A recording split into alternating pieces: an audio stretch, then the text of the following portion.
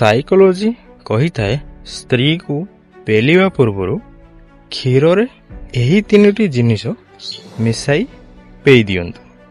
ତାହା ହେଉଛି ସର୍ବପ୍ରଥମତଃ 1 ଗ୍ଲାସ ଉଷୁମ କ୍ଷୀର ନିଅନ୍ତୁ।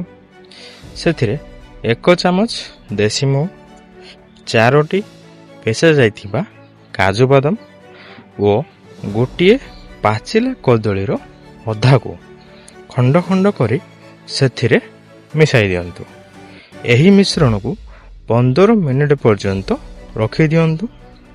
ତାପରେ ଗୋଟେ ଚାମଚରେ ବାହାର କରି ସେହି ମିଶ୍ରଣକୁ ଖାଆନ୍ତୁ ଓ ପରେ ସେ କ୍ଷୀରକୁ ପିଇ ଦିଅନ୍ତୁ। ଏହାକୁ ବିଛଣାକୁ ଯିବାର 30 ମିନିଟ୍ ପୂର୍ବରୁ କରନ୍ତୁ ଓ ଦେଖନ୍ତୁ ଏହାର କମାଲ। ସାଇକୋଲୋଜି କହିଥାଏ ମହିଳାମାନେ ସେକ୍ସ ସମୟରେ ପ୍ରସ୍ତୁତ ହେବା ପାଇଁ ବା ଚରମ ସୁଖ ପାଇବା ପାଇଁ ଅଧିକ ସମୟ ନେଇଥାନ୍ତି। ଏଥିପାଇଁ ସେକ୍ସ ଏକ ଆନନ୍ଦଦାୟକ ପ୍ରକ୍ରିୟା ହୋଇଥିବା କାରଣ ପାଇଁ ଏହାର ଭରପୁର ମଜା ନେବା ଉଚିତ। ସାଇକୋଲୋଜି କହିଥାଏ ସେହି ସ୍ତ୍ରୀ ଉପରେ ଭରସା କରିବାର ସାହସ କେବେ ବି କରନ୍ତୁ ନାହିଁ ଯିଏ କହିଥାଏ ତୁମେ ସବୁବେଳେ ଠିକ୍ ଓ ତୁମଠାରୁ ଭଲ ଆଉ କେହି ବି ନାହିଁ। ସାଇକୋଲୋଜି କହିଥାଏ କଥାବାର୍ତ୍ତା କରିବା ସମୟରେ ହସିବା ବଦଳରେ ସ୍ମିତହାସ୍ୟ ଦେବା ବହୁତ ଭଲ ହୋଇଥାଏ। ଏହାଦ୍ୱାରା ସାମ୍ନାବାଲା ଆପଣଙ୍କୁ ଜଜ୍ କରିପାରିବେ ନାହିଁ ଓ ତାଙ୍କୁ ଆପଣ ସବୁବେଳେ ଗୋଟିଏ ରହସ୍ୟମୟ ବ୍ୟକ୍ତି ଭଳି ଲାଗିବେ।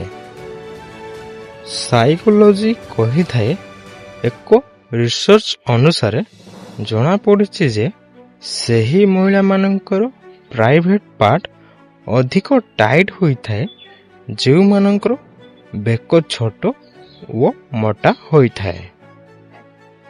ସାଇକୋଲୋଜି କହିଥାଏ ଆମେ ଖରାପ ଭୋଜନ ଓ ଖରାପ ଅଭ୍ୟାସକୁ ରୋମାନ୍ସ ଓ ସେକ୍ସ ସହିତ ଯୋଡ଼ିବା ପାଇଁ ଚେଷ୍ଟା କରିଥାଉ।